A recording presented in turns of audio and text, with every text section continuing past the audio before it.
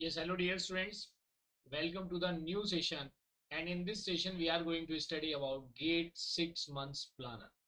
देखिए बच्चों, जब से गेट की इंफॉर्मेशन आई है कि गेट 2022 का जो एग्जामिनेशन है वो आईआईटी खड़गपुर कंडक्ट करेगा, उसकी डेट्स आई हैं, फॉर्म्स अवेलेबिलिटी की डेट्स आई हैं, एग्जामिनेशन की डेट आई है, तब से बच्चों के माइंड में क्यूरियोसिटी इंक्रीज हो गई है कि अब हमें अपनी प्रिपरेशन कैसे करनी चाहिए। आप चाहे किसी भी स्ट्रीम को बिलोंग करते हैं, लेकिन यहाँ पे जो डिस्कशन है जो हम करने जा रहे हैं, this is the planner which is a generalize but specifically and at last we will discuss the subjects of computer science and engineering. So accordingly the other branch student can compare their planner. तो आप उसी के according अपने subjects को replace कर सकते हैं। So most important part है कि हमें कैसे अपनी प्रिपरेशन को प्लान करना चाहिए so that we can score the good marks. कुछ स्टूडेंट के क्वेश्चंस हैं कि सर हमें ऐसा कोई प्लान बताइए so that we can score the rank in double digit. Good evening dear Tej. कुछ स्टूडेंट का प्लान है कि सर हमें कुछ ऐसा प्लान बताइए कि हमारी टॉप 100 में रैंक आ जाए, दैट इज इन 2 डिजिट्स।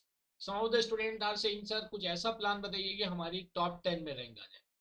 कोई कुछ स्टूडेंट का प्लान है कि सर एटलीस्ट हमारी ऐसी रैंक आ जाए कि हमें आईआईटी में एमटेक में एडमिशन मिल जाए। कुछ स्टूडेंट का ये प्लान है कि सर हमारी ऐसी रैंक आ जाए कि हमारा पीएसयू में प्लेसमेंट हो जाए। सो सभी स्टूडेंट के अपनी अपनी क्वेरीज हैं। ये क्वेश्चंस मुझे कोरा से भी मिल रहे हैं, व्हाट्सएप से भी मिल रहे हैं, तो सभी को कहीं ना कहीं डाउट रहता है and this is a common question in the mind of the student when you start the preparation for the competitive examination. सभी के माइंड में ये क्वेश्चन रेज होते हैं। तो आइए देखिए, आज के सेशन में हम बड़े अच्छे से समझेंगे और जो जेन्युइन बातें हैं उसमें मैं आपको इस प्लानर को एक्सप्लेन करने जा रहा हूँ। मैं कोई आपको बहुत बड़ी बड़ी बातें नहीं बताऊंगा, मैं आपको छोटी छोटी बातें बताऊंगा, बट दीज जो थिंग्स हैं these are very useful for each and every student. अगर किसी ने प्रिपरेशन अपनी पहले से भी कर रहा है, बट अगर वो इस 6 मंथ प्लानर को देखेगा तो उसके अकॉर्डिंग जो अपनी जो प्लानिंग है वो और अच्छे से स्ट्रॉन्ग कर पाएगा। क्योंकि होता क्या है कि जब तक कोई चीज नहीं है, आपके ऊपर प्रेशर नहीं है, कोई मोटिवेशन नहीं है, अब आपको लगा फॉर्म्स अवेलेबल हो गए तो आपके दिमाग में कहीं ना कहीं ये एंटर होना शुरू कर गया है कि भाई मुझे गेट में अच्छी रैंक स्कोर करनी है। रीजन क्या है क्यों बच्चे गेट में अच्छी रैंक स्कोर करना चाहते हैं? Because most of the PSU these they're hiring through GATE examination, और पीएसयूज के पैकेजेस भी अच्छे खासे हैं। You can say from 8 lakh to से 18 लाख तक के पैकेजेस पीएसयूज के अवेलेबल। कुछ स्टूडेंट का ये क्राइटेरिया रहता है कि सर अगर हम जिस इंस्टीट्यूट में स्टडी कर रहे हैं यहाँ पे सर्विस बेस्ड इंडस्ट्री आती है, तो अब लेकिन अगर आप आईआईटीज में चले जाते हो तो वहां पे आपको प्रोडक्ट बेस्ड कंपनी मिल जाती है। तो सर्विस बेस्ड इंडस्ट्री के पैकेजेस लोअर रहते हैं और प्रोडक्ट बेस्ड में चांसेस ऑफ ग्रोथ हायर रहते हैं, their salary packages are very high. तो यही सारे प्लान है जिसके अकॉर्डिंग बच्चे के लिए एक मोटिवेशन रहती है कि मैं गेट का स्कोर लूं और मैं कहीं अच्छी जगह प्लेस हो जाऊं। This is the only objective. चलिए आइए देखते हैं, अगर मुझे अपना 6 मंथ प्लानर बनाना है तो मैं कैसे बनाऊं। तो देखिए कैसे आप बनाएंगे। So you have to divide these 6 months. आपके पास कितने मंथ्स अवेलेबल है? You are having 6 months. So how you should divide your 6 month? तो as per this is the suggested plan, this is my suggested plan. तो according to this suggested plan you should divide your 6 month into 2 parts. आप कितने parts में divide करें? You should divide your suggested I mean you should divide your 6 months into 2 parts. First part में आप क्या करें? आप एक स्टडी का प्लान करें, आप अपनी स्टडी का प्लान करें। And in the second part you should keep the revision plan as well. आप क्या करें? अपना रिविजन प्लान भी रखें। In the study plan, you have to spend 5 months. How much time is required for the study plan to complete the entire GATE syllabus? You can say you need 5 months. और अगर मैं revision plan की बात करूं, so 1 month is sufficient for the revision. Revision में क्या करना चाहिए ये भी मैं सेशन के एंड में बताऊंगा कि रिवीजन के टाइम पे हमें किन किन बातों का ध्यान रखना चाहिए और हमें रिवीजन कैसे करना चाहिए, वो सारे पार्ट में इसमें बताऊंगा। सेशन में बने रहना, अच्छे से चीजों को समझना, नोट कर लेना, स्क्रीनशॉट लेना, जो आपको बेटर लगे आप करना। तो देखिए 5 मंथ आप स्टडी करेंगे and in the last month आप क्या करेंगे? आप रिवीजन करेंगे। ठीक है, कैसे करेंगे ये भी हम डिस्कस करेंगे। आइए अब थोड़ा सा आगे बढ़ते हैं। अब पहले सपोज करो ये जो आपका स्टडी प्लान है, सपोज करो ये आपका ए पार्ट है and say this is your B part. ये आपका ए पार्ट है स्टडी करना और रिवीजन आपका बी पार्ट है। तो आइए वन बाय वन देखते हैं ए पार्ट को आप कैसे परफॉर्म करेंगे। सो let us discuss about the A part. A part को आप कैसे परफॉर्म करेंगे? ए पार्ट में अगर आप देखेंगे, so how many subjects do you have? How many subjects do you have? अगर हम ए पार्ट की बात करते हैं which is your study plan, क्या है आपका study plan? We are discussing about study plan. Study plan में आप देखेंगे कि you are having total 12 subjects. How many subjects do you have? आप कहेंगे sir I am having total 12 subjects. कितने सब्जेक्ट्स हैं जी? I am having 12 subjects. इसमें मैं कैटेगराइज करूंगा। या good evening dear Rishabh, after a long time. So we will discuss Rishabh that part as well. But today what we are going to discuss उसके बारे में तुम मुझे personally ping कर लेना. We will discuss that part. But let us focus on 6 month planner. This is very important. तो study plan आप करने जा रहे हैं. You are having total 12 subjects. You are having total 12 subjects. तो इन 12 सब्जेक्ट्स में आप देखेंगे इनको आपने कैसे क्लासीफाई कर रखा है. आई मीन गेट में you are having total 10 technical subjects. How many subjects do you have? 10 technical subjects. Very good Tejas. And you are having 2 non technical subjects. 2 कैसे हैं आपके पास? नॉन टेक्निकल सब्जेक्ट्स हैं. नाउ द क्वेश्चन अराइजेस, ये non technical subjects कौन कौन से हैं? आप कहेंगे सर इसके अंदर एक तो जनरल एप्टीट्यूड है and the another one is the engineering mathematics. क्या है? Engineering mathematics. This is your second part. This is the engineering mathematics. It is representing engineering maths. Now जो आपके 10 टेक्निकल सब्जेक्ट्स हैं वो कौन कौन से हैं? दीज टेक्निकल सब्जेक्ट्स आर, देखिए ये तो 2 नॉन टेक है और 10 टेक्निकल सब्जेक्ट्स आपके कौन कौन से हैं? सिर्फ first one is programming and data structure. क्या आपका प्रोग्रामिंग एंड डाटा स्ट्रक्चर है. सेकेंड सब्जेक्ट है से आपका एल्गोरिथम. वैसे तो इनके ऑर्डर अलग हो सकते हैं बट यहाँ पे मैं कुछ बताना चाहता हूँ तो मैं इसी ऑर्डर में इसको रखूंगा. एल्गोरिथम है. थर्ड है आपका डिस्क्रीट मैथ. क्या है? Third one is discrete math. Fourth paper is your TOC, that is theory of computation, and the fifth one is that is also known as automata, and the fifth one is compiler design.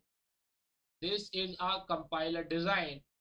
और अगर मैं sixth की बात करता हूँ तो sixth के case में आप देखेंगे किस सब्जेक्ट को हम रखें. सपोज करो computer organisation and architecture. And say seventh is digital logic. Seventh is digital logic. And say 8th part is your operating system, this is OS. And say 9th one is your database management system. And say 10th subject is computer network. क्या आपका? You are having computer network. So these are the total 10 technical subjects and you are having 2 non-technical subjects. ये चीज तो I think यहाँ पे सभी को clear है कि सर ये वाली बातें बता रहे हैं and these are relevant to this subject. ये तो आपको पहले से क्लियर है. नाउ द क्वेश्चन अराइजेस, बच्चों के दिमाग में आता है कि सर हमारा सब्जेक्ट का ऑर्डर ऑफ स्टडी क्या होना चाहिए. What should be the order of study to be followed. तो यहाँ पे अभी हम देखते हैं कि what should be the order of study. देखिए द इंपॉर्टेंट पार्ट ये सब आप जानते हो बट ये जो सजेस्टेड प्लान है the order of study. I am having more than 17 year of experience in guiding the student for the preparation.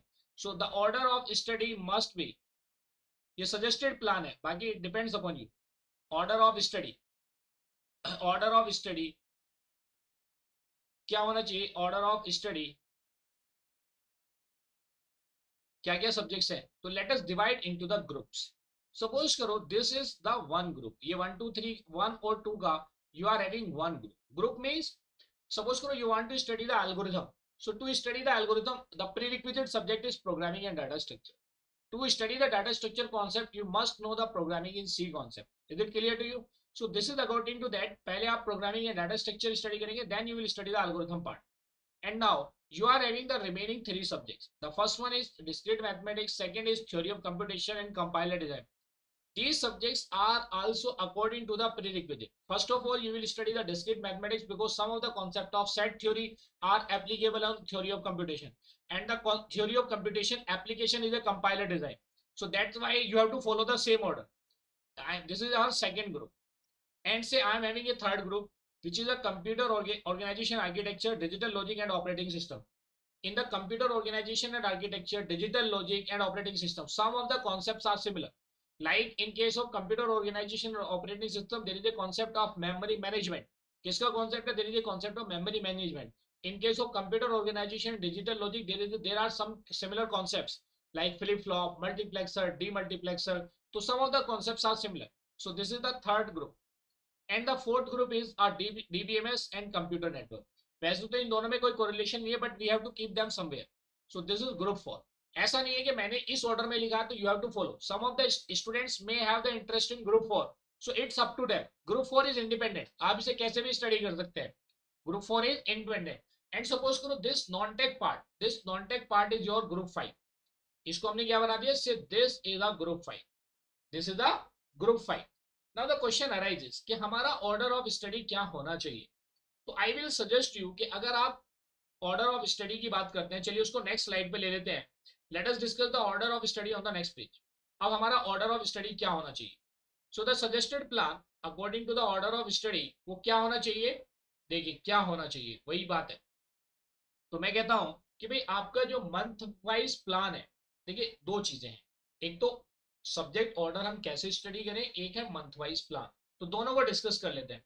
Suppose कहता हूं, मैं कहता हूं जी subject order of subjects to study, order of subjects to study, order of subjects to study, this is one part. And the another part, अगर मैं कहता हूं ये तो ऑर्डर ऑफ स्टडी है, अदर पार्ट क्या हो जाएगा, this is the month wise plan. The second one is your month wise plan. किसकी बात कर रहे हैं, we are talking about month wise plan. क्या होना चाहिए हमारा मंथ वाइज प्लान, आइए देखते हैं।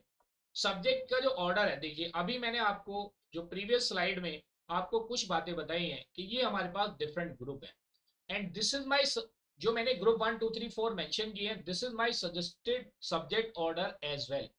But I will suggest you one very important component which is the concept of two non technical subject। अगर मैं इनकी वेटेज की बात करूं, देखिए अगर मैं इन ग्रुप की वेटेज की बात करूं, so what will be the marks weightage. चलिए आगे जाने से पहले इनके मार्क्स की वेटेज की और बात कर लेते हैं। सो let us discuss about the marks weightage. मैं कहता हूं जी इनकी मार्क्स की वेटेज क्या है, what is the marks weightage. तो अगर मैं मार्क्स की वेटेज की बात करूं इन गेट, क्योंकि गेट की बात हो रही है तो ऑब्वियसली गेट की होगी, तो क्या क्या होगा मार्क्स का वेटेज।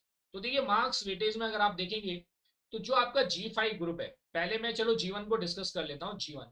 G1 से यूजुअली गेट एग्जामिनेशन में 25 to 30 मार्क्स के क्वेश्चंस पूछे जाते हैं।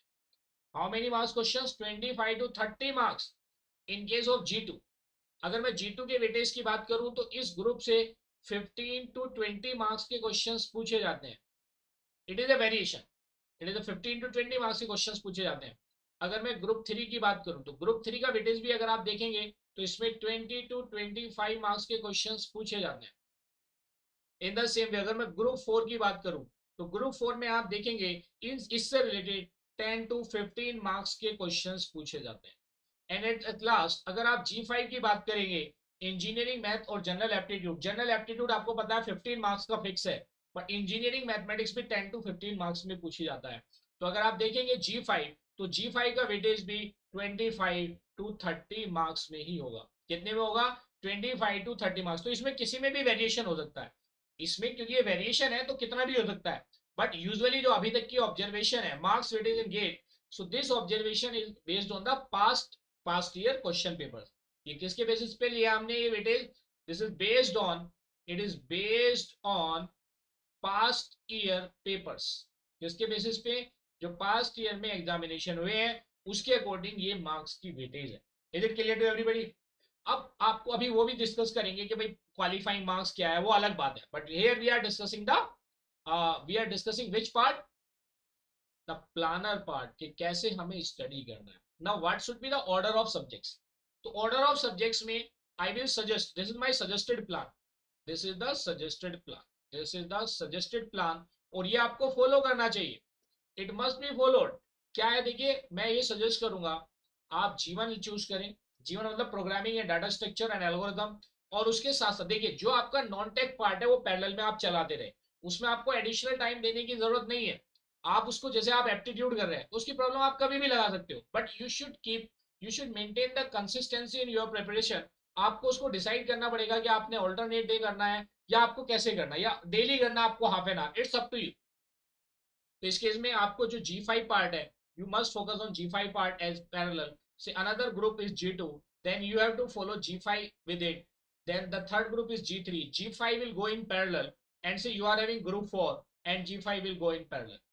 So you have to follow, this is the suggested plan. And what do you mean by G1? G1 is programming and data structure algorithm, और G2 में discrete TOC compiler design, और इनके parallel में आपका aptitude चलता रहेगा और आपका इंजीनियरिंग मैथमेटिक्स चलता रहेगा। ये क्लियर है सभी को? This is the suggested plan. Now how we should maintain the month wise plan. तो to maintain the month wise plan आपको क्या करना चाहिए? आपको क्या करना चाहिए? सपोज करो you are having total 6 month. हम यहाँ पे 6 मंथ वाइज प्लान की बात कर रहे हैं. तो 6 मंथ में वन मंथ वाइज प्लान क्या होना चाहिए? आपको चूज करना चाहिए कि मंथ 1 है. मंथ 1 में आपको 2 technical subject followed by non tech. ये 1 नहीं लिखूंगा मैं, ये नॉन टेक आपका पैरेलल में चलेगा.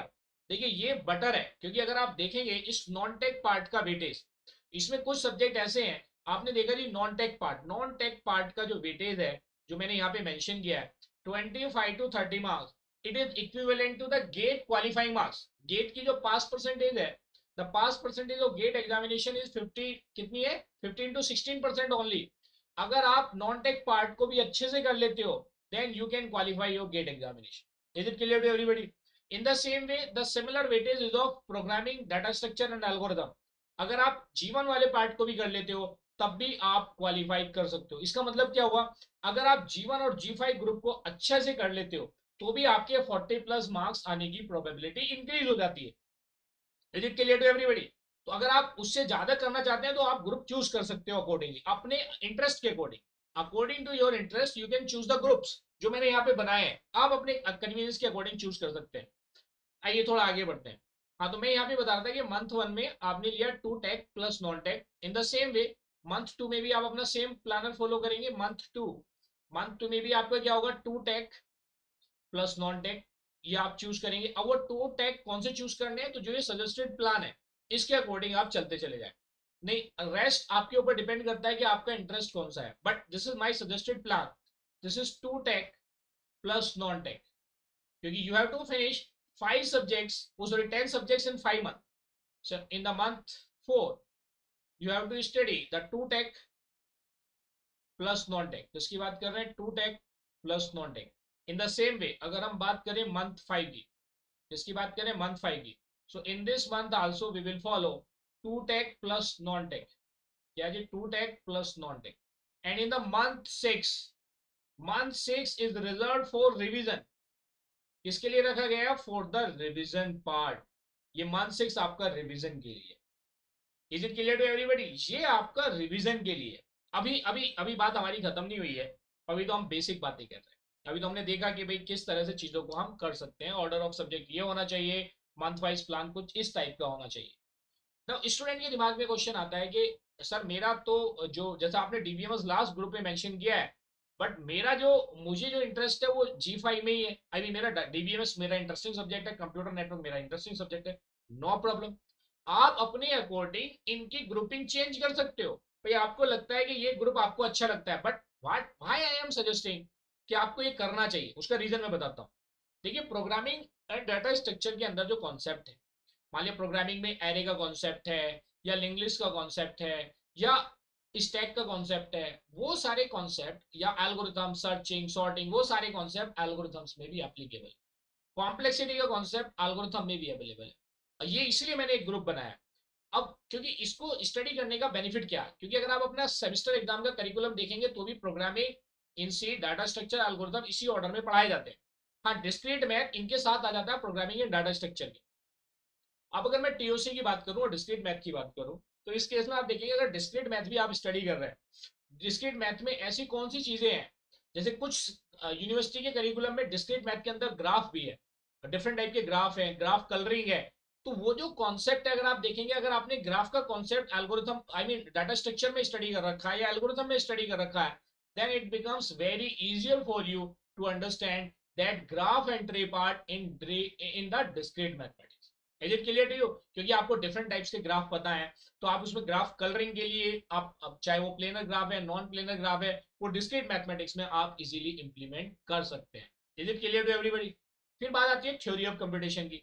थ्योरी ऑफ कंप्यूटेशन में हम जैसे क्लोजर प्रॉपर्टीज की बात करते हैं, यूनियन, कॉन्केटिनेशन, क्लोजर, इंटरसेक्शन, ये सारे के सारे कॉन्सेप्ट डिस्क्रीट मैथमेटिक्स में होते हैं. तो थ्योरी ऑफ कंप्यूटेशन के लिए discrete mathematics is the prerequisite subject. In the same way अगर मैं कंपाइलर डिजाइन की बात करता हूं, suppose I am talking about the compiler design. Compiler design is the application of theory of computation. Compiler design में there is a concept of parsing. जैसे आप tokens में डिवाइड होते हैं, उसके बाद सिंटैक्स ट्री बनाते हैं, दैट सिंटैक्स ट्री और ए पार्स ट्री वो आप लर्न कर लेते हो थ्योरी ऑफ कंप्यूटेशन में during context free grammar, ambiguity, left recursive I mean recursive grammar, non recursive grammar, वो सारे कॉन्सेप्ट आप ऑलरेडी टीओसी में जानते हैं। उसी का फर्दर एक्सटेंशन है कंपाइलर डिजाइन। तो इसीलिए ये G2 आपको फॉलो करना चाहिए। थर्ड है, जैसे सिक्स्थ है कंप्यूटर ऑर्गेनाइजेशन आर्किटेक्चर, इन दोनों का आप ऑर्डर ऊपर नीचे कर सकते हैं, क्योंकि कंप्यूटर ऑर्गेनाइजेशन एंड आर्किटेक्चर में जो कॉन्सेप्ट यूटिलाइज होते हैं डिजिटल लॉजिक के साथ काफी सारे कॉन्सेप्ट सिमिलर है। इन द सेम वे जो ऑपरेटिंग सिस्टम में जस्ट लाइक मेमोरी मैनेजमेंट का कॉन्सेप्ट है, वो कंप्यूटर ऑर्गेनाइजेशन और आर्किटेक्चर के साथ कहीं ना कहीं मैच करता है, इसलिए मैंने इसको इस ग्रुप में रखा है। Now there is a question of database management system. Database management system को मैंने लास्ट में रखा है। आप इसको जैसे नॉर्मलाइजेशन का कॉन्सेप्ट आप थ्योरी ऑफ कंप्यूटेशन में भी स्टडी करते हो, जहां पे हम नॉर्मलाइज करते हैं प्रोडक्शंस को, right hand side of the production में रेस्ट्रिक्शन लगाते हैं, ऐसे डीबीएमएस के अंदर भी रिडंडेंसी को एलिमिनेट करने के लिए हम नॉर्मलाइजेशन यूज करते हैं। तो पर्पस सेम है, कॉन्सेप्ट लेकिन आपके दिमाग में कहीं ना कहीं पहले बन चुका होता है, तो आप उसको यहाँ पे इम्प्लीमेंट करते हो। इवन अगर हम कंप्यूटर नेटवर्क की बात करें, कंप्यूटर नेटवर्क से पहले भी प्रोग्रामिंग, डाटा स्ट्रक्चर और एल्गोरिथम होना मैंडेटरी है, क्योंकि कंप्यूटर नेटवर्क के अंदर भी जो कॉन्सेप्ट आप स्टडी करते हो, चाहे वो डिजिक्स्ट्रा एल्गोरिथम का है जो राउटिंग एल्गोरिथम में यूज करते हैं, या डिस्टेंस वेक्टर राउटिंग है, तो कहीं ना कहीं उसमें एरे, ग्राफ, इन सब का यूटिलाइजेशन होता है। इसलिए this is my suggested plan, this is the reason behind it why I am suggesting this plan. I hope this is clear to everybody. चलिए, यहां तक की बात आपको समझ में आ गई, आगे बढ़ते हैं। आपने देखा जी सर ने बताया कि ये मेरा प्लानर है और मुझे इस टाइप का कुछ प्लान करना है, लेकिन अब ये जनरल है, दिस इज जनरल। अब हम देखते हैं कि इसको हमें फॉलो करने के लिए कितने आवर्स की रिक्वायरमेंट पड़ेगी। भाई वी आर हैविंग 5 मंथ्स, तो अकॉर्डिंग टू दैट हमें कितने मंथ्स की रिक्वायरमेंट पड़ेगी। तो अगर मैं मंथ्स वाइज चीजों को यहाँ पे थोड़ा सा एक्सप्लेन करने की कोशिश करूं, तो इसके अंदर आप क्या देखेंगे, अब आप इसके अंदर देखेंगे कि सर जो आप ये बात बता रहे हैं वी आर हैविंग 5 मंथ्स, आइए थोड़ा सा उस पर भी डिस्कशन कर लेते हैं। मैंने आपको बताया कि भाई 5 मंथ्स तो आपको कॉन्सेप्चुअल स्टडी करनी है, क्या करनी है, conceptual study, and 6 month is for the revision. अब इसी पार्ट को थोड़ा सा आगे लेके जाते हैं। सपोज करो you are having, how many months do you have, you are having 5 months, you are having 5 months, so how many days are there, मैं अप्रोक्सीमेटली बता देता हूँ। भाई in 5 months you are having 150 days, how many days do you have, 150 days। So one student asked me, Quora पे एक student ने मुझसे query करी, sir how many days should I spend to crack the GATE examination या to get the rank in double digit, कि मैं कितने घंटे स्टडी करूं। अब क्योंकि देखिए if somebody is asking me, I don't know that student, I mean that student ability, whether this student is above average, average or below average, ये मुझे नहीं पता। That's why I am covering everything for all type of students. तो suppose करो in 5 months planner you are having 150 days. How many days do you have? You are having 150 days. आइए अब हम थोड़ा सा प्लान डिस्कस करते हैं कि अब अगर मैं कहता हूँ कि भाई टाइप्स ऑफ स्टूडेंट, दो तरीके के स्टूडेंट हैं। Type of student according to their past knowledge, ऐसे भी स्टूडेंट है जिन्होंने पहले से प्रिपरेशन कर रखी है, तब हम क्या करेंगे। ऐसे भी स्टूडेंट है जो फ्रेश शुरू कर रहे हैं, ऐसे भी स्टूडेंट है। तो आइए देखते हैं। सो देखिए मैं यहाँ पे आपको बता रहा हूँ types of students based on past knowledge, types of students based on past knowledge, किसकी बात कर रहे हैं, बेस्ड ऑन पास्ट नॉलेज। हम किसकी बात कर रहे हैं, पास्ट नॉलेज की। बेस्ड ऑन पास्ट नॉलेज अगर मैं स्टूडेंट की क्वालिफाई आई मीन क्लासिफाई करता हूं, तो पास्ट नॉलेज के हिसाब से the students are divided into 3 types. कितने टाइप्स के, ये this is my suggestion and this is my own experience. I am classifying the students into 3 category. And what is this category? इस category को हम classify कर सकते हैं। Say for example, we are having 3 different type of student. Say above average. The first type of the student is above average. This is the first category. Above average को let us represent it by AA, क्योंकि आगे हम term follow करेंगे AA. And the other students are average student. क्या है? You are having another type of student. These are average students and say their acronym is A. And the third type of students are below average students. What type of student? These are below average student तो है ही है. These are the below average students and say this is represented by BA. BA is an acronym for below average student. Now the question arises कि भाई हमें, अगर हमारे पास एक अबव एवरेज स्टूडेंट है, अबव एवरेज स्टूडेंट को जो मेरा सजेस्टेड प्लान है, how many hours required to complete a subject, तो मैं ये कहता हूं for the above average student 5 on an average 50 hours are sufficient. कितने आवर्स सफिशिएंट है? 50 hours per subjects are enough. 50 hours per subject. This is my suggested plan, and this is my own observation of 17 years experience. 50 hours are required for above average student to complete one subject. Now let us discuss. There may be some plus minus. This is on an average. And for the average student requires 60 hours per subject. कितने की जरूरत होती है? They need 60 hours per subject. कितने की जरूरत होती है जी? 60 hours per subject. And in the same way, below average student requires 80 hours per day. I mean, sorry, 80 hours per subject. So this is the requirement. Time required for the completion of each subject. This is the time required for the completion of each subject. 50 hours per subject required by above average student. 60 hours are required for the per hour. For average student, and 80 hours per subject required for below average students. किसके लिए requirement है? Below average student के लिए requirement है। Now let us move further. अब मैं कहता हूं जी, अगर मुझे 50 आवर्स रिक्वायर्ड है पर सब्जेक्ट के लिए, तो मैं ये जानना चाहता हूं कि भाई मुझे 12 सब्जेक्ट्स को कंप्लीट करने के लिए कितना टाइम रिक्वायर्ड होगा। We are having total subjects कितने? 12। भाई 12 इंटू 50, सो टोटल आवर्स, अगर मैं एफर्ट आवर्स निकालूं भाई कितने आवर्स की रिक्वायरमेंट होगी, तो this is they required 600 hours. इन्हें अगर ये प्रिपरेशन अपनी 6 मंथ में प्लान करके चलते हैं, कितने मंथ में प्लान करके चलते हैं? 6 मंथ में प्लान करके चलते हैं, that means they require 600 hours. How many hours are required? 600 hours. In the same way, अगर मैं एवरेज स्टूडेंट की बात करता हूं, so the number of hours required 12 into 60 is equal to 720 hours. How many hours are required? 720 hours are required. In the same way for the below average student, अगर हम below average student की बात करते हैं, तो इसकी value क्या होगी? 12 into 80, इसकी वैल्यू कितनी हो जाएगी? 960 hours are required. कितने की जरूरत है? 960 hours are required for the completion. ये क्लियर है सभी को? चलिए, ये तो हमें मोटा मोटा समझ में आ गया कि टू कंप्लीट द सब्जेक्ट हमें कितने आवर्स की रिक्वायरमेंट है। देखिए यहाँ पे हम कितना डिस्कस कर रहे हैं? We are discussing according to 5 months। किसके अकॉर्डिंग बात कर रहे हैं जी? 5 months के according. So 5 we are having around 150 days. अब इसी से हम evaluate, because you are a technical student and you are having very good aptitude, अब आप इवेल्युएट कर सकते हैं। क्या कैलकुलेट कर सकते हैं? Per day. पर डे आपको कितना स्टडी करना चाहिए so that you can complete your syllabus on time. Are you getting my point or not? So per day how many hours are required? You will say sir 600 divided by 150। वो कोई 31 का days होगा तो plus minus something, तो इसकी value कितनी हो जाएगी? It comes out to be 4 hours. So an above average student requires 4 hours per day to study.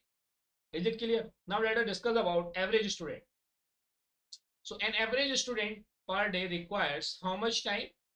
आप कहेंगे sir average student, this is 720 divided by 150. तो एवरेज स्टूडेंट के लिए कितनी रिक्वायरमेंट होगी? It will be around 5 hours. कितना हो जाएगा? It will be around 5 hours per day. Now for the below average student per day hours to study कितना होना चाहिए per day? It will be 960 divided by 5, sorry 150. 960 divided by 150, it will be around 6.4 hours per day. कितना आएगा? 6.4 hours per day.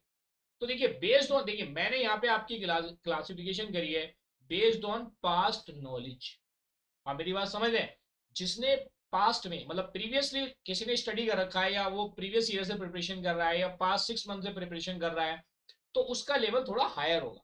Are you getting my point or not? तो student अगर कोई for example अभी zero से शुरू करना चाहता है, तो वो जीरो से शुरू करने वाला स्टूडेंट, वो उसको पता है कि उसकी पास्ट नॉलेज कितनी है। So accordingly you can keep your self in these 3 different category. You may be in AA, you may be in A, or you may be in BA. So it's up to you. आप अपने according plan करेंगे। देखिए इसमें एक confuse ना हो जाना, this is not 8.4, this is 6.4। ये वैल्यू क्या? This is 6.4 hours. तभी आप इसको 8.4 समझ। So it's up to you, you have to decide you are in which category. Tejas, Rishabh, is it clear to everybody? देखिए दिस इज वेरी इंपॉर्टेंट, अपने आप को आपने कहाँ रखना है। आगे बढ़ते हैं। अब आता है कि भाई हमने यहां तक की बात कर ली कि टाइप्स ऑफ स्टूडेंट। अब अभी types of student according to their engagement, मतलब एंगेजमेंट का मीनिंग क्या हुआ कि वो कॉलेज गोइंग स्टूडेंट है या वर्किंग प्रोफेशनल है। तो आइए देखिए उसके बारे में बात करते हैं। अब मैं कहता हूं जी types of students, types of students based on engagement, based on engagement, based on engagement. अगर हम टाइप्स ऑफ स्टूडेंट की बात करते हैं based on the engagement, so the students are of two types. किस टू टाइप्स के students हैं? कौन कौन से टाइप्स हो सकते हैं? वो टू डिफरेंट टाइप्स हो सकते हैं, वर्किंग एंड नॉन वर्किंग। कौन कौन से टाइप्स हो सकते हैं जी? Working and non working. So you are having two different types of students.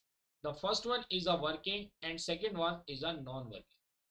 देखिए फर्स्ट वन क्या है आपका? वर्किंग हो सकता है, और सेकेंड क्या हो सकता है? Non working. से पहले मैंने लिख दिया जी non working, and second is a working students. Second category या working students. Non working can be further classified into two types. Non working में कौन कौन सी कैटेगरी हो सकती है? या तो स्टूडेंट कॉलेज गोइंग है, क्या है? कॉलेज गोइंग स्टूडेंट है, this is a college going student. और it he or she can be the pass out student. क्या हो सकता है? Pass out student, pass out student and non working.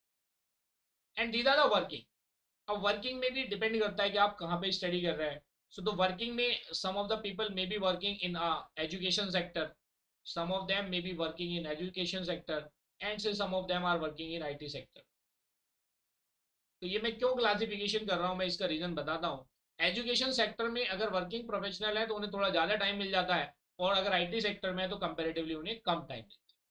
तो यहाँ पे मैं इन सभी के, ये तो टाइप्स ऑफ स्टूडेंट है बेस्ड ऑन देयर एंगेजमेंट। तो आप अगर कॉलेज गोइंग है तो कॉलेज गोइंग के केस में आपने अपना टाइम फाइंड आउट करना है। कैसे मैं अपने टाइम को मैनेज करूँ कॉलेज के साथ, ये क्वेश्चन स्टूडेंट की आती है। अगर आप कॉलेज गोइंग है और आपको टाइम बचाना है, देखिए मैं आपको एक बड़ी क्लियर सी पिक्चर बताता हूँ। अगर आपकी पर सेमेस्टर कॉलेज एंगेजमेंट की बात करें, देखिए इन स्टूडेंट के साथ सबसे बड़ा चैलेंज है कि सर हम तो कॉलेज जाते हैं, हमारे पास टाइम ही नहीं है। We are having the excuses to defend our self. लेकिन if we are creating the excuses, it means we are obstructing our self. हम अपने आप के लिए एक रुकावट पैदा कर रहे हैं, अपनी ग्रोथ को में हर्डल डाल रहे हैं। We should not find the excuse, we should manage the time. हमें क्या करना है? टाइम मैनेजमेंट करना है।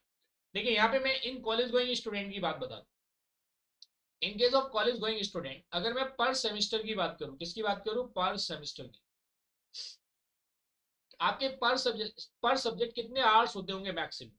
पर सेमेस्टर अगर आप देखेंगे, पर सेमेस्टर आई मीन से पर सब्जेक्ट, पर सेमेस्टर, पर सब्जेक्ट क्या होगा? पर सब्जेक्ट आपके मैक्सिमम कितने आवर होते होंगे? 60 आवर्स। और यूजुअली कॉलेज में 1 डे 1 आवर होता है। It means per semester you are engaging with the college for 60 days. कितने डेज की एंगेजमेंट आपकी पर सेमेस्टर? 60 डेज। 60 डेज आपकी क्लासेस होती है। क्या होती है जी? क्लासेस। मैंने एज्यूम कर लिया 60 डेज आपकी क्लासेस है। एंड सपोज करो you are having 1 month, 1 month is your examination. मैंने, ये तो हो गया आपका स्टडी का टाइम, क्लासेस का टाइम हो गया basically. And say you are having 30 days exam. 30 days क्या आपके एग्जाम है। Rest of the days, so you are spending 90 days with the college. आप कितना टाइम स्पेंड कर रहे हो? 90 days you are spending per semester with the college. So where are the 90 days? So other 90 days you are spending, where are your 90 days? Identify, where are 90 days? कहाँ है आपके ये? Now you have to find out. ये आप खुद से check करेंगे। क्या आप इन्हें व्हाट्सएप में वेस्ट करते हैं? क्या आप इन्हें फेसबुक पे यूटिलाइज करते हैं? या आप इन्हें सोने में वेस्ट करते हैं? वेयर आर दीज 90 डेज पर semester? So this is, I am just telling you for those students who are college going and have excuses all the time. Where are these 90 days? Just think over it. You just think over it and it is a question mark. ये आपके लिए बहुत बड़ा question mark है कि मेरे 90 days कहाँ गए। अगर आपको ये पता है कि आपके 90 डेज कहाँ हैं, So you have to utilize these 90 days in the preparation. अगर आप कॉलेज गोइंग भी हैं, तो आप सपोज करो सुबह 9 to 5 क्लास अटेंड करते हो, 9 to 5 के बाद चलो आप 6 o'clock फ्री हो गए, 6 o'clock के बाद आपने चलो जी वन वन आवर आपने निकाल लिया जी, आपका डिनर हो गया 7 o'clock। अगर आप 7 o'clock से 12 o'clock तक स्टडी करते हो, मैं कॉलेज गोइंग की बात बता रहा हूं, then you are having 5 days per day, you are having 5 days per day with you. Oh, sorry, not 5 days, I am saying 5 hours per day to study. भाई 7 to 12 भी अगर आप स्टडी करते हो तो भी you are having 5 days to study, sorry 5 hours to study. और मैंने जो अभी आपको बताया, अगर आपके पास 5 hours हैं तो आप अगर अबव एवरेज हैं तो भी आपके लिए मोर देन सफिशिएंट है, आप एवरेज स्टूडेंट है तो भी सफिशिएंट है। अगर आप बिलो एवरेज भी है तो आप उसको एक्सटेंड कर लो, भाई 7 to 1 स्टडी कर लो, आप 6 hours कर लो उसको, then you can complete it. So there is no problem at all. Don't find out the excuses, find out the gaps. भाई आप आपका जो ये 90 डेज है कहाँ जा रहा है? ये 90 डेज वो डेज हैं जिसमें या तो आपकी हॉलीडेज हैं या आपका वीकेंड है, weekend is also kind of holiday.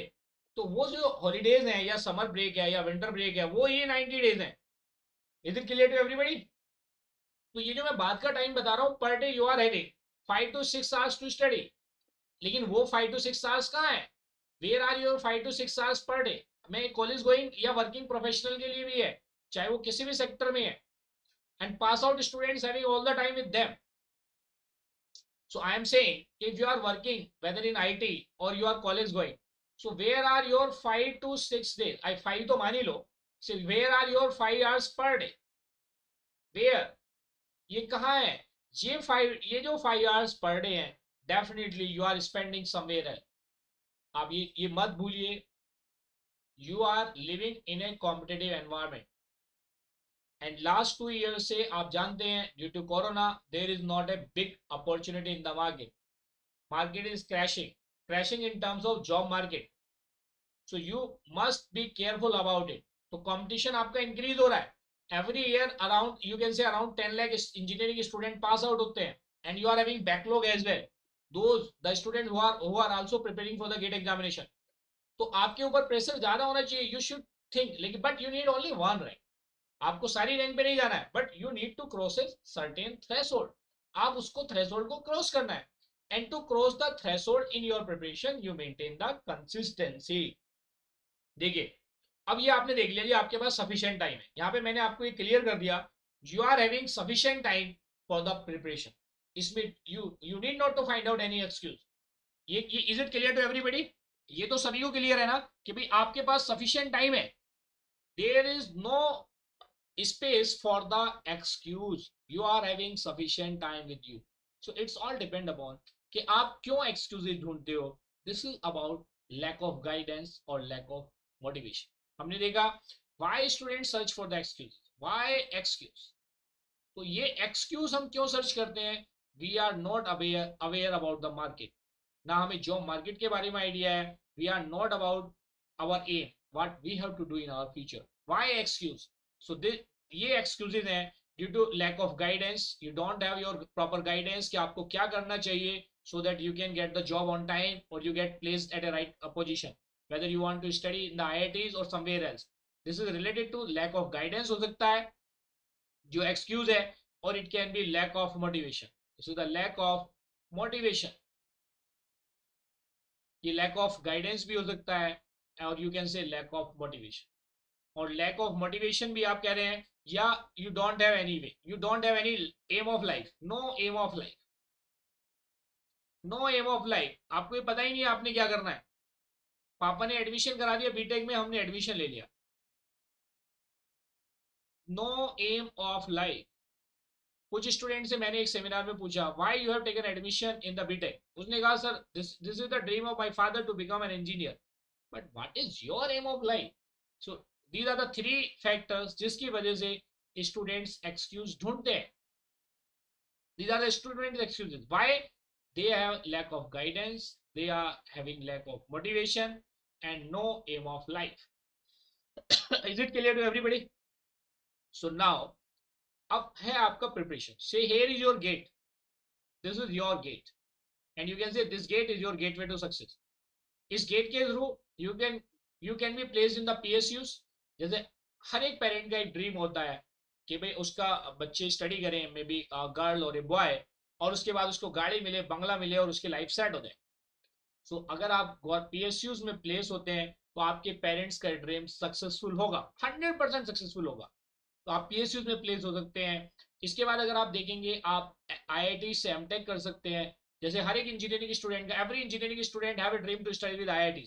आप आईआईटी से स्टडी कर सकते हैं, आईएससी से स्टडी कर सकते हैं, ट्रिपल आईटी से स्टडी कर सकते हैं, और यू कैन से आप एनआईटी से स्टडी कर सकते हैं। It's up to you. Next, you are having another plan. जैसे आप देखेंगे गेट के थ्रू, अगर आप देखेंगे तो गेट के through you are having other avenues as well. पहले क्या होता था, गेट एग्जामिनेशन की वेटेज खाली इंडिया तक ही वैलिड थी। अगर आप देखेंगे इस गेट स्कोर की जो वैलिडिटी है, this GATE score is also available to study abroad. To study abroad, abroad से अगर आप एमएस प्रोग्राम करना चाहते हैं तो उसके लिए भी अब गेट स्क्वायर कुछ यूनिवर्सिटीज ने मानना शुरू कर दिया है। and those universities in Singapore, you can search out on the Google, universities in Singapore, they are accepting the gate score in the signature हो गया है, in the Singapore। किसकी बात कर रहे हैं, universities in Singapore accepting the gate score, and there are various universities in Europe, I have the same problem। किसकी बात कर रहे हैं, we are talking about this is in the Singapore, and there are many universities in Europe। आप Google search कर सकते हैं Singapore and ये universities in Europe, universities in Europe accepting GATE score card. यहां तक ही बात खत्म नहीं होती गेट की। गेट के through you can go for MBA as well. आप गेट के थ्रू एमबीए भी कर सकते हो, जो नीति मुंबई है, and it's on an average package is very high. किसकी बात कर रहे हैं, नीति मुंबई। इसकी स्पेलिंग का देख लेना, I think this is related to NITT कर कुछ करके है, या एनआईटी, देख लेना, दिस इज नीति मुंबई। इसकी स्पेलिंग का देख लेना, आई ये दिस इज नीति मुंबई, इसकी स्पेलिंग देख लेना, एन आई नीति मुंबई कुछ करके है, आप इसकी स्पेलिंग देख लेना। ये MBA and the packages of and they are, this institute is giving MBA to the engineering students only through GATE examination, through GATE examination. So these are the various avenues, and these are the motivating factors. भी आपके ये GATE के लिए क्या है, all of them are motivating factors. Is it clear to everybody? And you know the pass percentage of GATE examination is hardly 15 to 17% maximum every year। कितनी कम पास percentage है। अगर हम सीए एग्जाम की बात करें तो चार्टर्ड अकाउंटेंट की जो पास परसेंटेज है वो अराउंड 2% है। उसके बाद जो सेकंड लोएस्ट परसेंटेज है वो आप देखेंगे तो गेट एग्जामिनेशन की है, which is 15 to 17%। Is it clear to everybody? So now you are preparing and you are having 6-month planner, you are having 6-month planner with you। अभी मैं ये भी बताऊंगा कि आपको कंप्यूटर साइंस के सब्जेक्ट को कैसे स्टडी करना है। अभी ये आपके पास 6-month प्लानर है। अब now to achieve the good rank in GATE examination, to achieve the good rank in examination, what you have to do, you have to, तुम्हें क्या करना चाहिए, you have to maintain the consistency। क्या करना है आपको, you have to maintain the consistency, maintain consistency in the preparation, in the preparation। अगर आप अपनी प्रिपरेशन में कंसिस्टेंसी मेंटेन करेंगे, definitely you will be able to score good marks. आप अच्छे मार्क्स स्कोर करेंगे तो ये सारे एवेन्यूज है, ये all these avenues are the motivating factors. ये सारे के सारे एवेन्यूज जो मैंने यहाँ पे मेंशन किए हैं, these are the motivating factors. ये क्या है, these are the motivating factors to maintain the consistency in your preparation. आप कोई भी प्लानर अपना बना लो, या आप अगर if you are above average student, plan accordingly.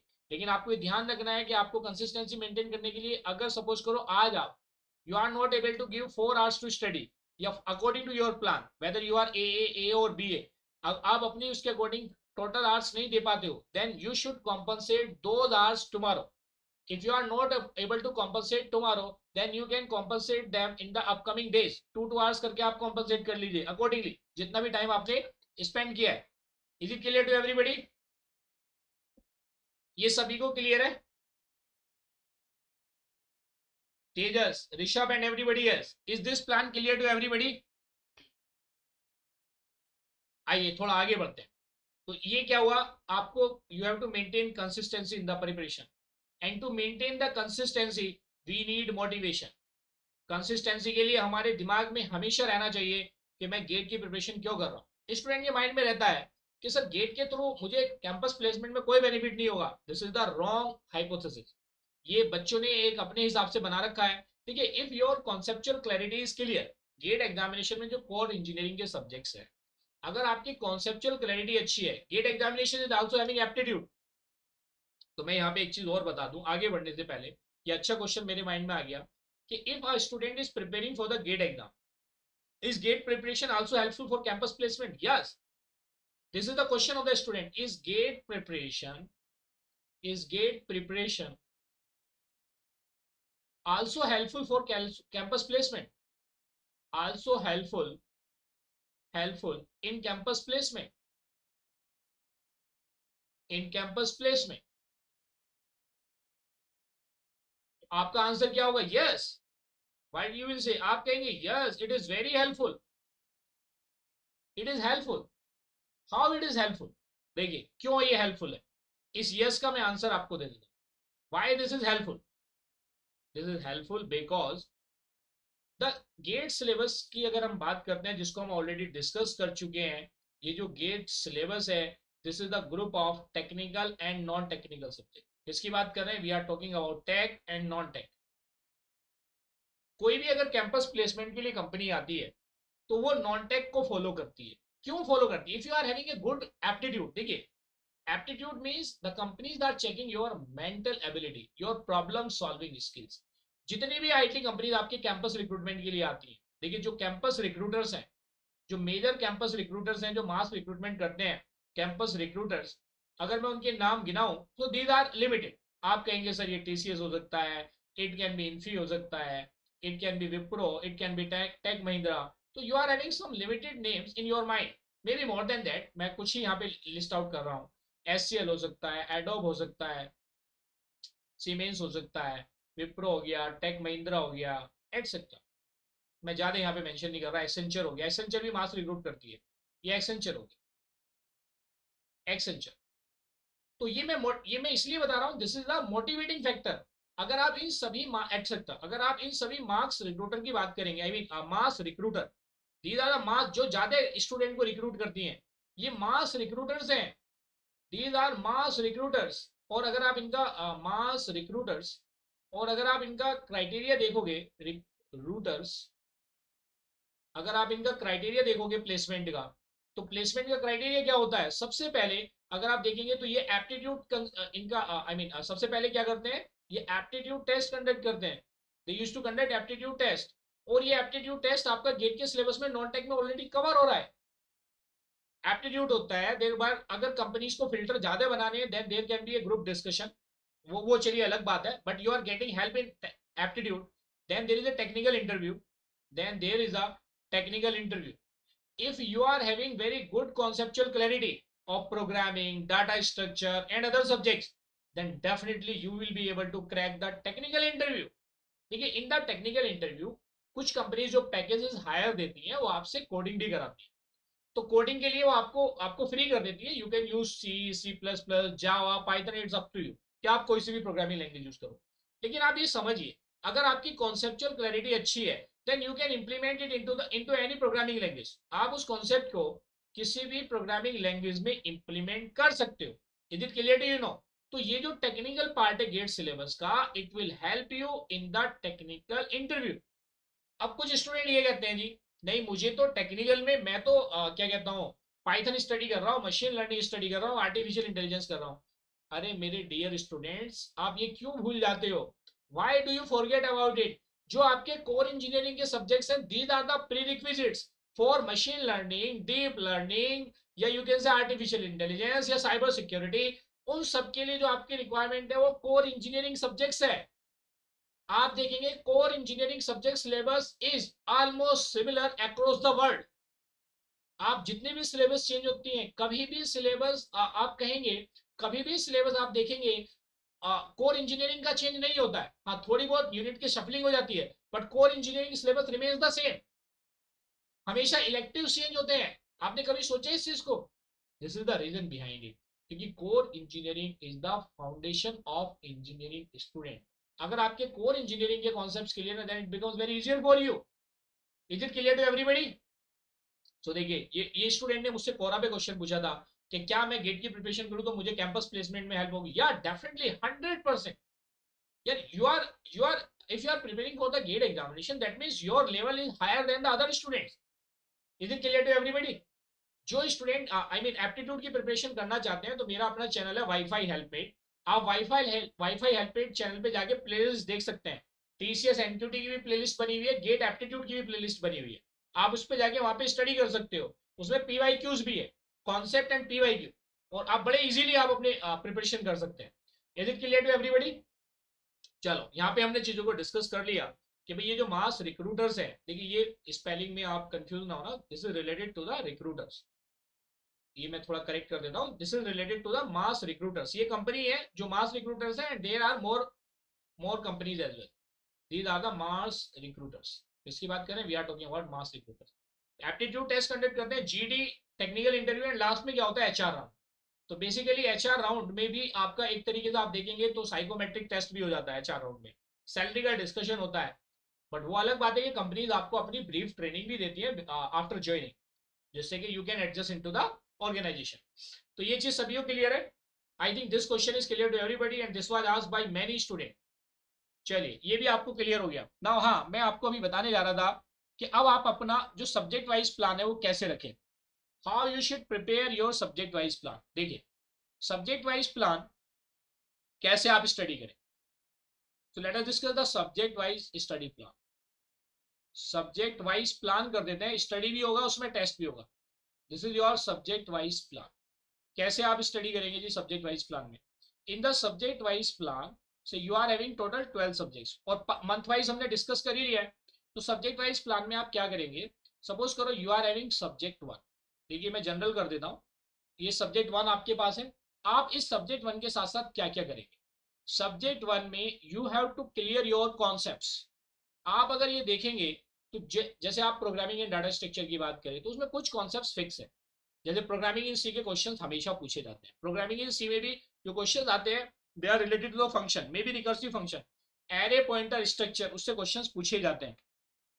Linked list stack queue से क्वेश्चंस पूछे जाते हैं, या ट्री से भी क्वेश्चंस पूछे ही जाते हैं। या आपने ओवरऑल देखा है, तो you have to clear your concepts जिनसे रिलेटेड क्वेश्चंस पूछे जाते हैं, और कॉन्सेप्ट के साथ साथ यू हैव टू प्रिपेयर। अब आपको कॉन्सेप्ट आपने क्लियर कर लिया अपना। Now what you have to do? Subject wise you have to appear in multiple test. आपने कॉन्सेप्ट क्लियर कर लिया, then you have to appear the chapter wise और टॉपिक वाइज टेस्ट। आपको अपीयर करना है चैप्टर वाइज और topic wise test. किसमें appear करना है? चैप्टर वाइज और topic wise test. In the same way, chapter wise और टॉपिक टेस्ट। और इसके बाद जैसे ये सब्जेक्ट आपका कंप्लीट होगा, आफ्टर सब्जेक्ट कंप्लीशन, ये तो आपका ड्यूरिंग द सब्जेक्ट वन है, और आफ्टर कंप्लीशन आप क्या करेंगे? आप सब्जेक्ट वाइज टेस्ट में अपीयर करेंगे। After completion, after completion you have to appear in the subject test. आप किस में अपीयर करेंगे? In the subject test. अब ये आपको, आपके ऊपर डिपेंड करता है कि आपने किस पार्ट को ज्वाइन कर रखा, कहां से अरेंज कर रहे हैं, इट्स अप टू दैम। वो इस सेशन का पार्ट नहीं है। मैं आपको ये बता रहा हूं कि अगर आप एक सब्जेक्ट को स्टडी करते हैं, क्या आपको करना चाहिए, कैसे करना चाहिए, इसके लिए we can arrange another session. लेकिन यहाँ पे आप अपनी जो भी ये वीडियो रहेगी इसमें कमेंट कर देना, या आप मुझे वैसे पर्सनली पिंग कर देना कि अगर आपको चाहिए कि इसका एक सीक्वेंस और बताइए sir, how to study that part, then we can make another video. तो ये हो गया आफ्टर कंप्लीशन। किसकी बात कर रहे हैं? We are talking about after completion. किसकी बात कर रहे हैं? We are talking about say after completion. अब ये हुआ भाई, ये एक सब्जेक्ट हो गया, this is subject one. In the same way you have to create for all the subjects कि भाई आपने, क्योंकि अब आप ये जो प्लानिंग है, मैं इसमें इसको डिटेल इसलिए नहीं कर सकता because I don't know about you whether you are in A category, you are in A category, or you are in A B category, B A category. You only aware about it, so you have to create your own planner. ये आ गया यहाँ पे, ये subject one का हो गया। अब बात ये आती है कि चलिए सर, मैंने सब्जेक्ट वाइज स्टडी कर लिया, ठीक है, तो अब आप वापस जाते हैं कि भाई जितनी चीजें थी हमने देखी यहाँ पे वन बाय वन करके उसको कवर किया है, और I try to give you my own experience. मैंने यहाँ पे जितनी भी चीजें हैं वो मैंने अपना एनालिसिस है जो यहाँ पे आपके सामने प्रेजेंट किया है। और इसके बाद देखिए यहाँ पे हमने ये प्लान आई मीन स्टडी को हमने डिस्कस कर लिया है। Now let us discuss the revision plan. किसकी बात कर रहे हैं? Let us discuss the revision plan because revision plan also plays vital role. Revision plan को भी समझना बहुत जरूरी है। कैसे हम रिवीजन करें देखिए। So let us discuss the B part. किसकी बात कर रहे हैं? B part which is a revision plan. किसकी बात कर रहे हैं? Now we are discussing the revision plan. This is the revision plan. और ये क्या है हमारा? This is our B part. This is our B part. आइए रिवीजन प्लान को स्टडी करते हैं, कैसे वर्क करता है हमारा रिवीजन प्लान। तो आप जब रिवीजन प्लान करेंगे तो कैसे करेंगे? तो देखिए आपको, आप रिवीजन जब शुरू करते हैं तो रिवीजन शुरू करने के लिए जो मैं आपको सजेस्ट करूंगा, क्या क्या चीजों का आपको ध्यान रखना है। तो basically I will suggest you, revision के लिए you have to solve PYQs. You have to solve PYQs. ये जनरल है कि भाई you have to solve PYQs and practise mock test.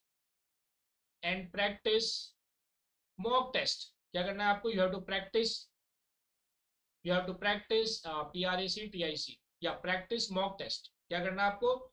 You have to practise mock test. ये आपको ध्यान रखना है कि भाई आपने पीवाईक्यूज को सॉल्व करना है और खुद से मॉक टेस्ट में अपियर करना है। You have to practise mock test. ये क्लियर है? आइए, अभी बात यहाँ खत्म नहीं होती है, तो एक मैंने जनरलाइज बता दिया कि you have to solve PYQs and practise mock test. Now what should be the detailed revision plan? इसकी बात कर रहे हैं, we are talking about detailed revision plan. क्या क्या होना चाहिए उसमें? तो सबसे पहले तो आपको क्या होना चाहिए? You have to solve the past year papers. First जो डिटेल्ड में अगर हम जाएंगे, you have to solve the past year papers. Past year papers, इसमें मैं आप लोगों को ये सजेस्ट करूंगा, the biggest mistake done by the student. देखिए यहाँ पे मैं, आप उसको नोट कर लेना जो मैं ओरली एक्सप्लेन कर रहा हूँ। द बिगेस्ट मिस्टेक, आप problem, past year problem solve करते हो, after solving the problem your answer is incorrect, तो आप फटाफट क्या करते हो? सॉल्यूशन देखते हो। This is the biggest mistake. This is the biggest mistake done by the student. आपको ये नहीं करना है if you want to build up your concept, because GATE examination is not a memory based examination just like semester examination. It is something different. It is apply and analyse. The objective of semester examination is to pass the maximum number of students, while the objective of gate examination is to fail the maximum students. Always keep this thing in your mind. This is one part. Second part आपको ध्यान रखना है इसमें, जो solve past year problem जब आप solve करेंगे, incorrect options are the opportunity for upcoming exam. Keep it in your mind. अगर आप, if you are solving the past year papers, उस टाइम पे आपको ये ध्यान रखना है कि पास्ट ईयर पेपर के साथ साथ आपको जो मेन फोकस रखना है कि जो इनकरेक्ट ऑप्शंस हैं ये मेरे लिए आने वाले एग्जाम के लिए हेल्पफुल होंगे, क्योंकि in GATE examination questions never repeat and concept never change. वही कॉन्सेप्ट रहते हैं। Is it clear to everybody? So जब आप गेट के प्रॉब्लम सॉल्व करें past year, you should attempt each option. Why you are eliminating the remaining option? मान लिया one option is correct and you are eliminating the three options. So this is your opportunity for the upcoming exam. You must focus on the incorrect options. You pen down it. Now let us discuss what can be the other part of your revision strategy. You have to memorize formulas. मान लिया आपके कुछ formula math में हो सकते हैं, या कुछ सब्जेक्ट में कॉम्प्लेक्सिटी हो सकती है, या कोई एल्गोरिथम की कोई टर्म याद रखनी है, या ट्री, जैसे आपने देखा जी बाइनरी सर्च ट्री या एवियल सर्च ट्री के रोटेशन में प्रॉब्लम है, you have to pen down, you have to revise that part. तो उसके लिए आपको you have to memorise formulas wherever it is. Formulas जैसे मेमोरी मैनेजमेंट में फॉर्मूलाज है, टर्न अराउंड टाइम है, जैसे आप सीपीयू शेड्यूलिंग करते हैं या डिश शेड्यूलिंग करते हैं तो कैसे उसकी हेड की मूवमेंट होती है।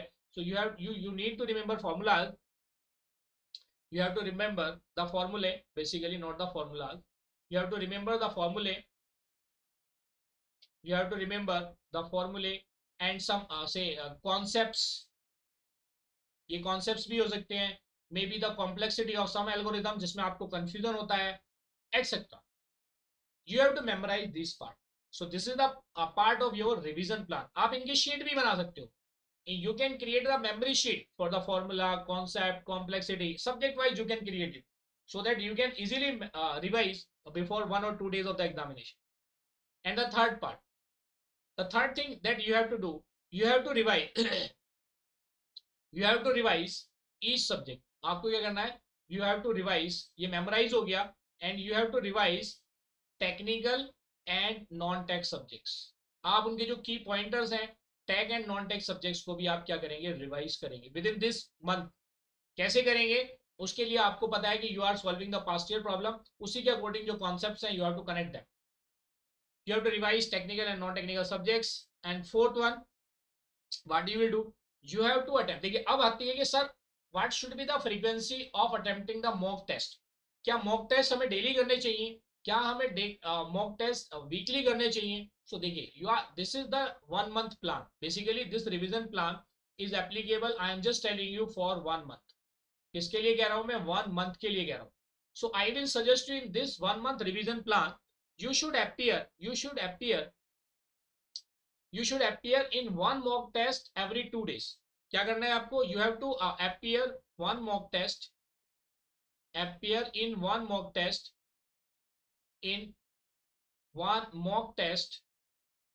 you have to appear in one mock test every 2 days.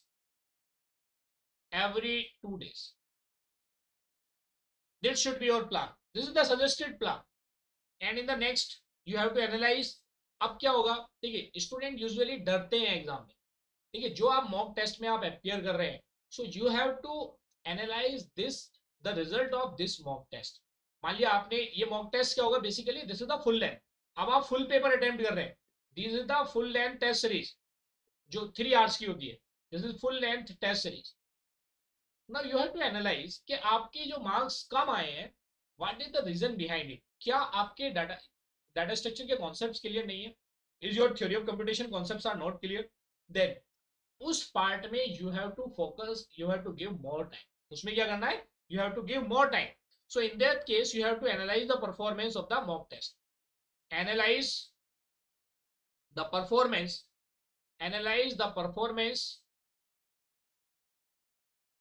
Of mock test. Analyse the performance of mock test. और जब आप इसको एनालाइज करेंगे, after analysing the performance of mock test, you must focus in improving into the next test. आपको इसके लिए work करना है. So you have to now in the next phase you have to focus on improving. You have to focus on improving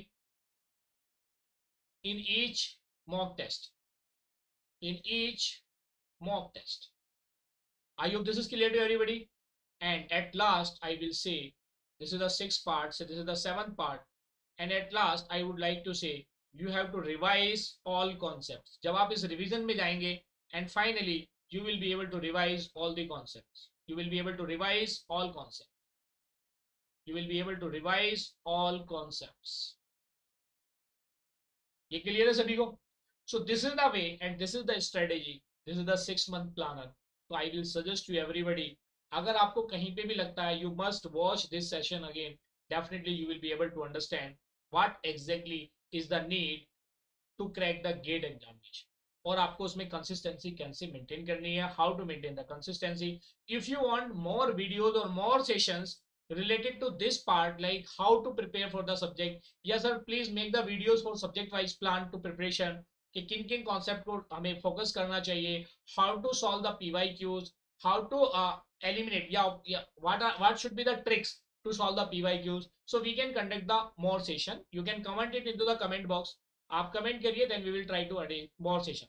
Thank you dear student, Tejas, Rishabh and everybody else. I hope this session will be very helpful for all of you. Good night.